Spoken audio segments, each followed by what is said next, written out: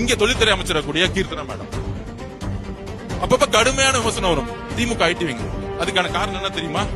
இப்ப நான் உண்மையை சொல்றேன். தொழில்துறையில லாஸ்ட் 5 வருஷமா ஒவ்வொரு நிறுவனங்களுக்கும் ஒவ்வொரு பாலிசி எடுத்திருக்காங்க. அதாவது ஒரு நிறுவனுக்கு ஒரு சப்சிடி பாலிசி, இலவசம், டாக்ஸ்ல ரிலாக்ஸ், இது மாதிரி. இன்னொரு நிறுவனங்களுக்கு லேண்ட் ஃப்ரீயா கொடுக்குது. இது ஒரு ஊழல், பெரிய ஊழல். இந்த ஊழலோட ஃபைல் எடுக்கிறாங்க. அந்த ஊழல் பண்ண அமைச்சர் யாரு? முன்னாடி டிஆர்பி ராஜா. டிஆர்பி ராஜா இன்னைக்கு எந்த பொசிஷன்ல இருக்காங்க? திமுக ஐடி விங்கோட செக்ரட்டரி. இப்ப புரியுதா? திமுக ஐடி விங் செக்ரட்டரி ஏன் ஒரு பெண்ணை, ஏன் இந்த அமைச்சரை டார்கெட் பண்றாங்கன்னு தெரியுதா? ஏன்னா அந்த ஊழல் வெளியே வந்துடக்கூடாது.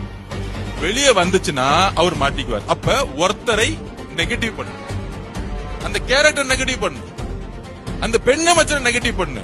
அப்ப திமுக ஒட்டுமொத்த ஐடி விங்க செயல்படும்.